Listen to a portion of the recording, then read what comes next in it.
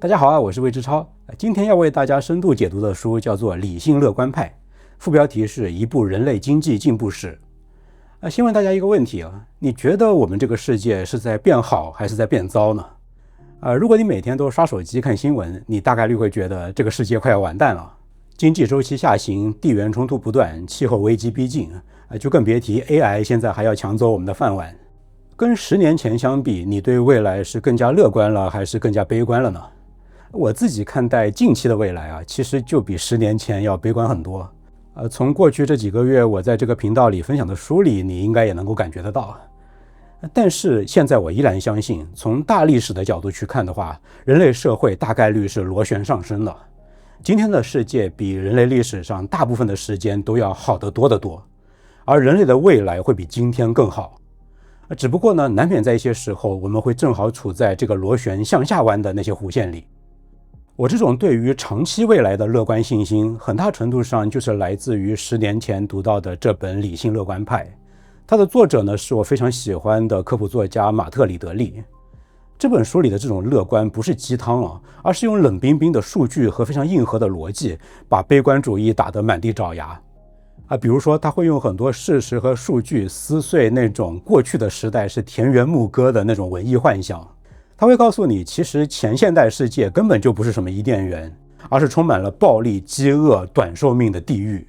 真正把人类拉出野蛮的，正是被一些知识分子、文艺青年最鄙视的商业贸易。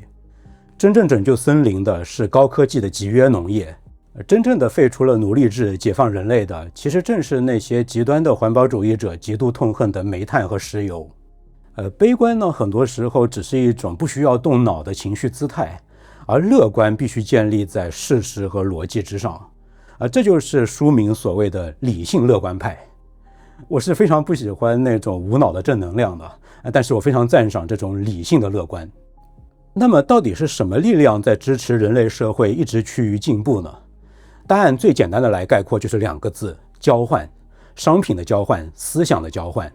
用马德利的话来说，交换之于人类文明的进步，就像是两性交配之于生物进化。不同的发明在贸易的路线上相互交配，瞬间就产生出了马车、蒸汽机、芯片。创新因为交换爆炸式的加速，促成了人类社会的进步和繁荣。那下面呢，我们就跟随着马德利的视角来看一看，这样一台人类进步的隐形发动机是怎么样把我们从远古的蛮荒里给拽出来，创造出现代的繁荣社会的，看看它能不能够带领人类走向更好的未来。那我们就首先来会一会悲观主义最有代表性的一种情绪——怀旧。我们这些现代人，尤其是在面对生活压力的时候，往往都有一种难以名状的乡愁。我们总是能在文学作品和自媒体上看到类似这样的一种感慨，就是过去的日子多好啊，简单宁静有人情味。古人是日出而作，日落而息，那才是真正的生活啊。但是李德利说，这完全就是一种错觉。为了让读者切身感受一下古代人实际上有多惨，李德利带我们做了一个思想实验。他让读者坐上一台时光机，回到很多西方知识分子和文艺青年心心念念的19世纪初年1800年。为什么选择这个时间呢？因为那个时候工业革命刚刚起步，影响还没有传播开。在很多西方怀旧派眼里呢，那就是一个没有被工业革命污染的纯真年代最后的样子，是简·奥斯汀小说描写的古典世界，是一个充满了田园诗意的年代。我们假设现在你就走进了当时奥斯汀笔下那种英国乡村的一户农家。请注意那时候英国农民是社会的中产阶层，是生活境遇偏上的人家。映入你眼帘的第一幅画面呢，似乎还挺温馨的。你看到那一家人围着炉火，父亲正坐在炉火旁大声朗读圣经。但是你很快就发现，那家的男主人时不时的要停下来剧烈的咳嗽一下。这是怎么回事呢？是因为当时的建筑是缺乏有效的排烟系统的，那个屋子里满是非常呛人的柴火烟。李德利在书里引用了环境史学家的研究，他们发现这种室内空气污染的程度，相当于这个屋子里的每一个人每天都要抽2包烟。这家的父亲因为长期的吸入烟尘，很可能在53岁的时候就会死于慢性支气管炎。他实际上已经没有几年可以活了。那时候的人肺都普遍不好，呼吸道疾病是头号杀手。但更加让你崩溃的可能是那个时代的各种疼痛。你看到女主人正在捂着她的腮帮子非常痛苦的身影，因为她的牙坏了。在今天，你下楼找一个牙科诊所打一针麻药，20分钟就能够解决问题。但是在那个田园牧歌的1800年呢，对不起，没有牙医，没有麻药。所谓的治疗就是你去附近的镇子上找一个铁匠，用生锈的钳子硬生生的把牙给拔下来。类似的各种剧痛可能会伴随你的一生。然后接下来呢，你又发现在这家人里好像少了几个人。如果这是一个非常典型的1800年的家庭，那他们应该已经生了6到8个孩子，但是你只看到了3个。那其他人呢？他们都在后院的土堆里埋着呢。1800年，即使是在当时全世界最发达的英格兰，人的平均预期寿命也不到40岁，而全球平均预期寿命居然只有可怜的30岁，每2个孩子里就有1个活不到成年。古代所谓的多子多福，真相其实是非常残酷的多子多死。下一幕，家里的那个大儿子给你倒了一杯水，你把水杯凑到嘴边，突然闻到了一股非常浓烈的奶牛味。注意不是牛奶的气味，是奶牛身上的那种味道。因为在那个时代，人和牛都是在同一条溪流里取水和排泄的。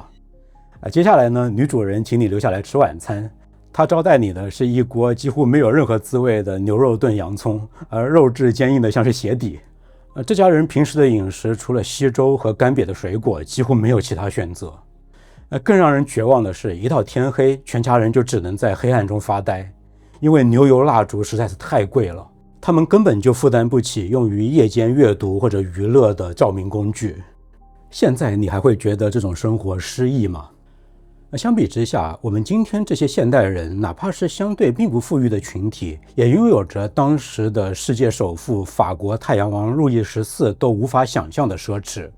当年路易14每晚享用晚餐的时候，有498名仆人伺候他的饮食起居。但是假设你只是今天巴黎一个普通的上班族，每天还要挤地铁上下班，可是当你走进超市的时候，迎接你的食物的丰盛程度是会让路易14惊掉下巴的。你可以在这家超市里买到新西兰的黄油、印度的香料、南美的咖啡、热带的菠萝。你想要去旅行吗？你只要买一张廉价机票，就能够飞到路易14做梦都去不了的地方。你想听音乐吗？你不需要像路易14那样养一个非常庞大的宫廷乐队，你只要点一下手机，那全世界最顶级的交响乐就会响在你的耳边。路易14的那种富有是建立在剥削他人贫穷的基础之上的，而你我的这种富有是建立在全球化协作网络之上的一种共同富裕。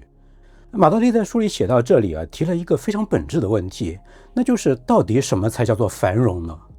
我们过去总是习惯盯着银行账户里的数字GDP 的增速，但是李德利提出了一个直击本质的洞见。他说，繁荣的真正度量衡其实是时间。繁荣就是你用同样的工作时间能够换取多少商品和服务。经济增长的本质其实就是为人类节省时间。在书里，李德利用人造光的成本演变给我们算了一笔账。1800年，如果你是一个普通的劳动者，你想要获得相当于今天一只灯泡照亮1个小时的光，你需要工作多久呢？答案是6个小时。你没有听错，你干了大半天的活，赚来的钱才够你在晚上点着那根昏暗的蜡烛看1个小时的书。而到了1880年，煤油灯出现了。这个时候，为了获得同样光照的时间，成本降到了白天工作15分钟的工作所得。再到了1950年，白炽灯普及了，这个成本降到了8秒钟。而今天呢，用 LED 灯来照明1小时的成本，你只需要工作0.5秒就能够赚到了。6小时对0.5秒，这是43200倍的差距。这就是繁荣。以前你需要花一整天去河边洗衣服，去井里取水，去山上砍柴生火，而现在自来水管、洗衣机、天然气都替你做掉了。机器和技术替我们包揽了生存的苦役，把人类的生命从单纯的活着解放成了真正的生活。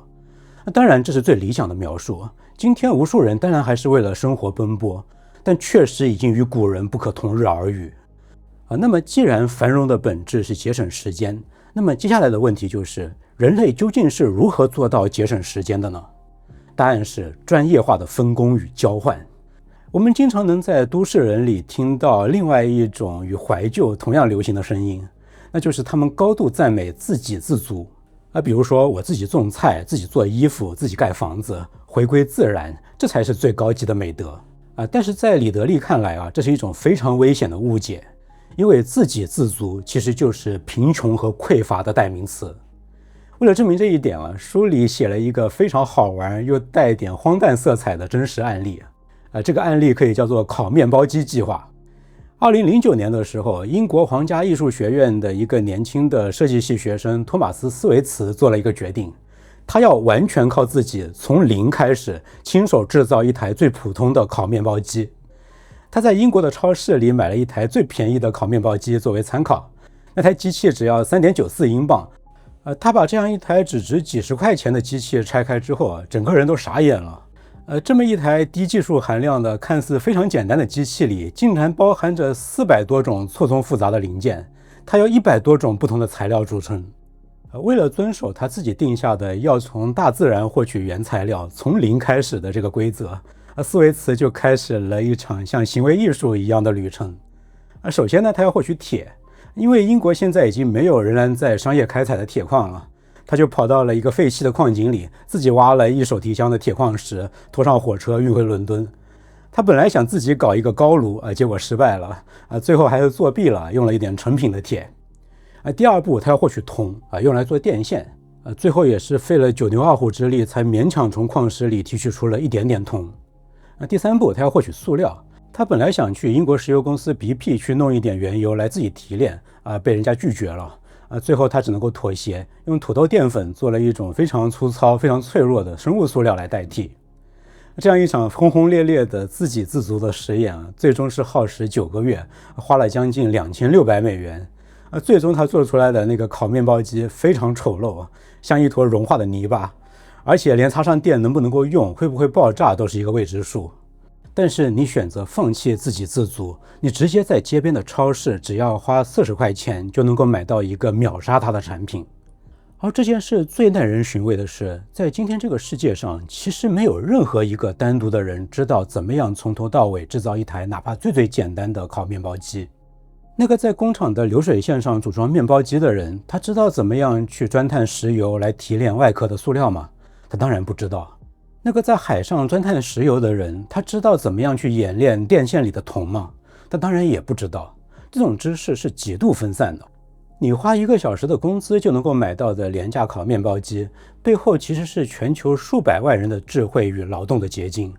矿工挖矿，石油工人钻井，卡车司机运输，超市理货员上架，这成千上万你不认识的人聚在一起，就是为了让你能用极低的成本在早上吃上一口酥脆的烤面包。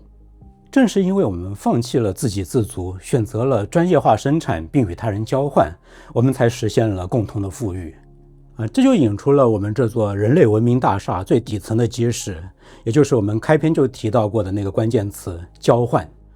动物界也有互惠的行为，比如说这一次你帮我梳毛，下一次我帮你抓狮子。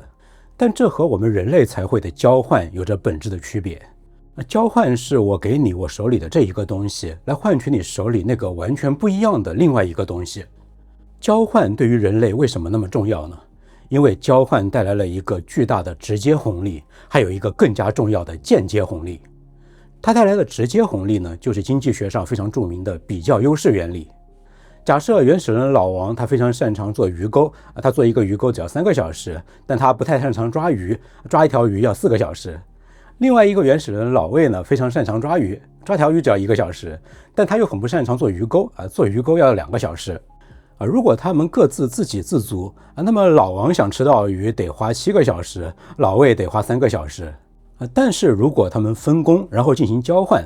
老王专门花6个小时做2个鱼钩给老魏1个，老魏专门花2个小时抓2条鱼给老王1条。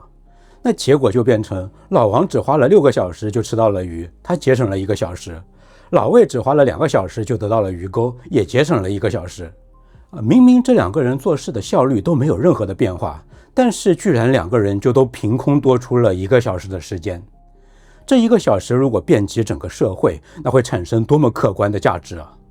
这就是分工和交换的数学魔法。而一旦开始了这种物物交换，另外一个更加重要的间接红利就出现了，那就是思想的交换。我们前面说过李德利的比喻，他说交换之于人类文化的进化，就像性之于生物的进化一样，交换就像是思想在做爱。生物为什么要有性繁殖呢？因为如果只有无性繁殖，那么突变出了一个拥有高效的肺部的个体和一个突变出拥有强壮的腿部的个体，如果它们相互之间不结合，那就很难出现一个能在陆地上高效的呼吸又能够高效的行走的完美的陆生动物。性就让不同的优秀基因得以重新组合，就极大地加速了生物的进化。文化也是这样的，一旦有了贸易和交换，那么发明了车轮的部落和发明了金属冶炼的部落在他们的交易路线上相遇，他们的思想一交配，就能生出一种叫做马车的新事物。这就是人类的文化能够快速进化的底层逻辑。这也就是马德里说的集体大脑。集体大脑而不是个体的大脑才是人类文明进步的关键。这我们在《智能简史》那本书也提到过。人类历史上的无数经验都证明，贸易和交换的规模越庞大，文化和技术进步的速度也就越是迅猛。反过来，一旦某一个群体断网了，他们从这个巨大的贸易和交换网络里失联了，那么后果往往就是文化的停滞，技术的倒退。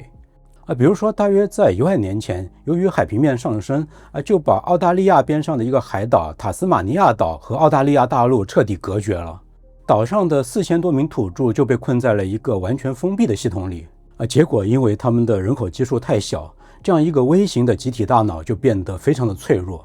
如果这个部落里唯一一个掌握了某种高级捕鱼技术的人，在没有教会徒弟之前就不小心掉下悬崖摔死了，那这项技术就永远失传了。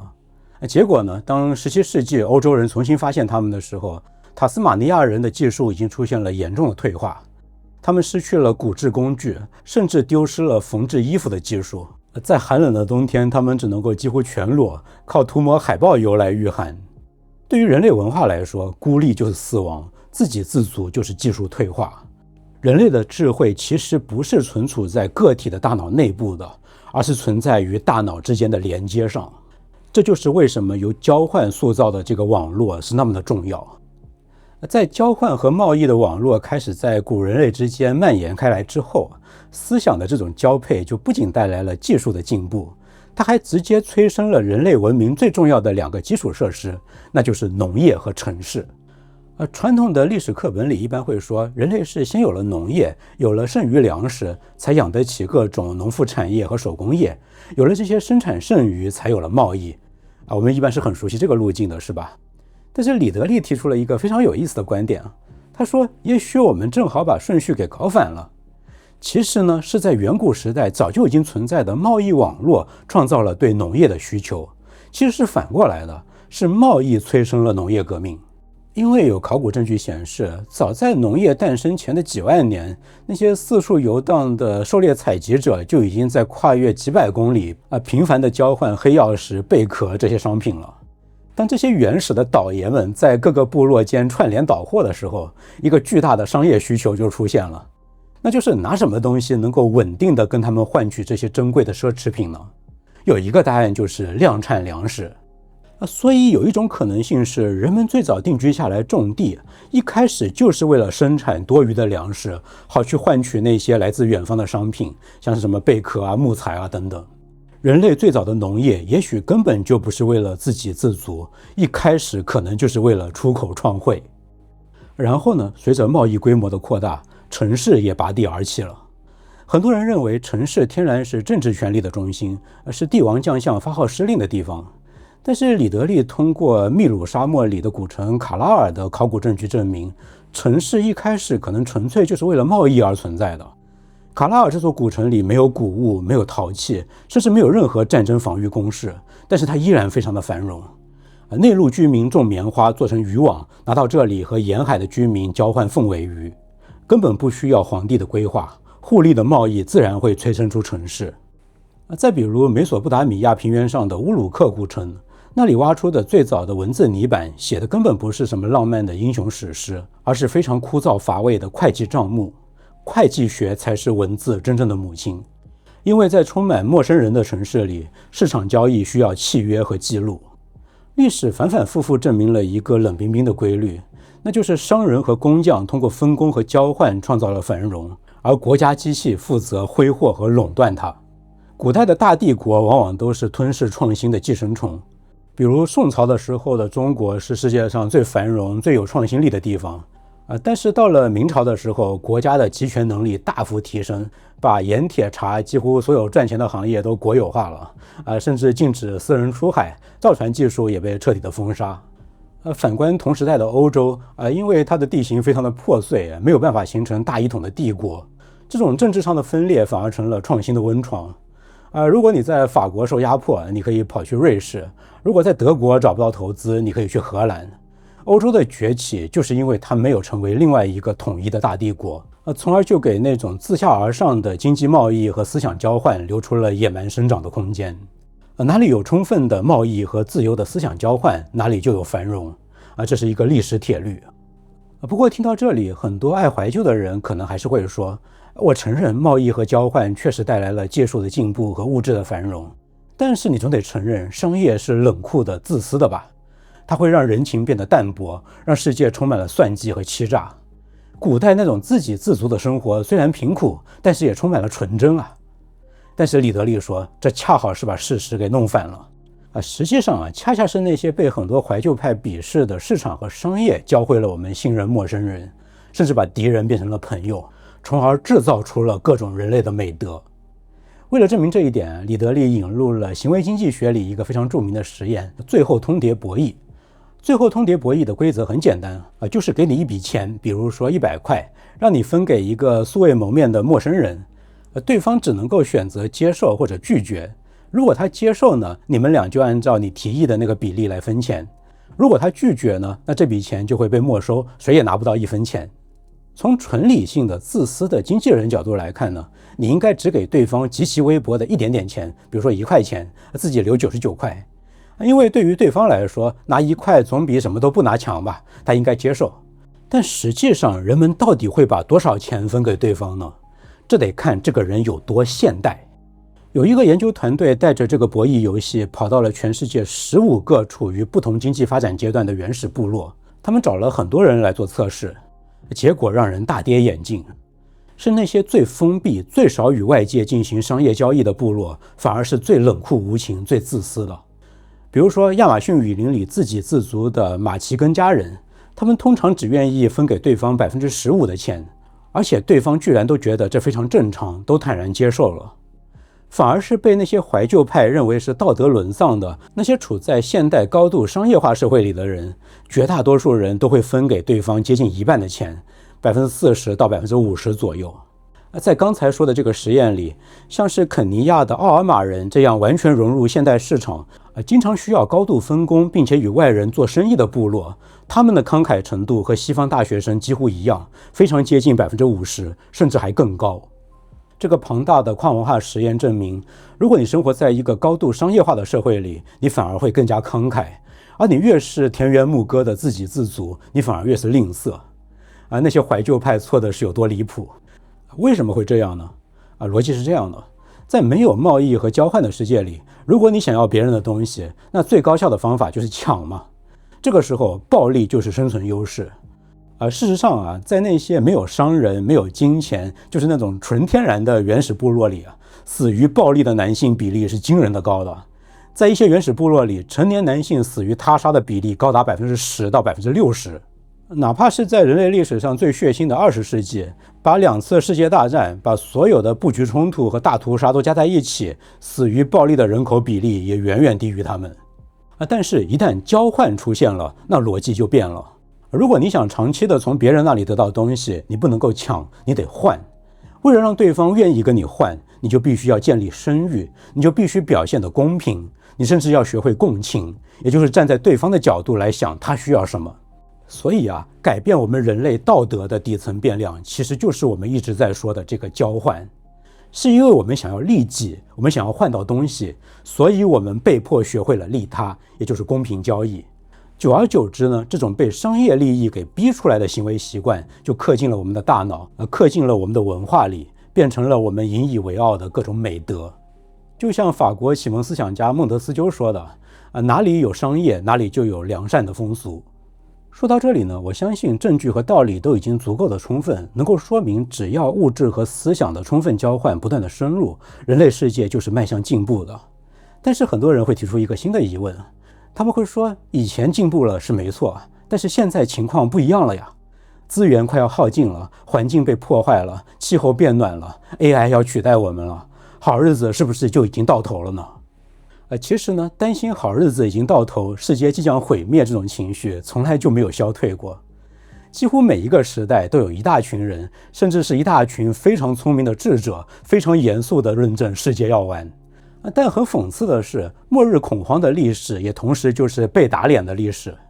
如果我们回顾一下过去200年的末日预言，那就会发现那简直就是一部被打脸的连续剧。1830年代，英国桂冠诗人骚塞痛斥工业革命是撒旦的磨坊，他预言社会正在倒退，即将爆发大饥荒。结果紧接着工业革命就开启了人类历史上最大规模的生活水平提升。1960年代，环保主义者保罗·埃利希在《人口爆炸》这本书里信誓旦旦地说，70年代印度绝不可能养活自己，数亿人将会无可避免地被饿死。结果话音刚落，农业绿色革命爆发，印度迎来了连年的粮食大丰收，不久之后甚至成了粮食的进出口国。1970年代，著名的智库罗马俱乐部运用计算机模型发布了增长的极限，非常严肃地预测石油、铜这些关键自然资源将会在1992年左右彻底耗尽。可结果呢？技术进步带来了各种替代品和新的勘探技术，各种关键资源的储量不降反升，资源价格反倒是下跌了。那为什么这些聪明绝顶的悲观主义者总是错得这么离谱呢？李德利一针见血，他说这些思维方式实际上都落入了外推法陷阱。那些悲观主义者的底层逻辑永远都是一种线性思维、线性外推。他们的想法其实都是，如果世界按照目前的样子继续下去，那么灾难必将会发生。比如说，如果伦敦的马车按照现有的速度增长，那么伦敦马上就会被马粪淹没。再比如，如果中国人都照着美国人的耗油方式去开车，那么全球石油立马就会枯竭。而最新的一个案例呢，就是我在录这期节目的时候还在 X 上刷屏的一篇文章，2028年全球智能危机报告。这篇文章推演出了一个在不久的将来 AI 取代白领，引发消费萎缩，然后引发连锁反应，最后导致经济系统崩溃的这样的一幅末日图景。其实呢，这篇文章就完美的掉进了外推法陷阱。它就是假设只有 AI 这一个变量在狂飙，而人类社会不会有任何新增的变量来应对，那结论当然是社会崩溃啊。但是人类文明的核心奥秘恰恰就在于，世界永远都不会按照原来的样子继续下去。比如说，当某种资源变得非常的稀缺，价格上涨的时候，人们不会等着耗尽这种资源坐以待毙的，因为市场价格就是一个非常刺耳的报警器，它会立刻刺激成千上万个聪明的集体大脑去进行思想交配，去寻找替代品，去发明新技术。马粪的危机被汽车的发明解决了，旧能源的危机会被新能源解决。我相信 AI 时代也是一样的，人类社会会生长出一些前所未见的，我们现在无法想象的新变量来应对这些新问题。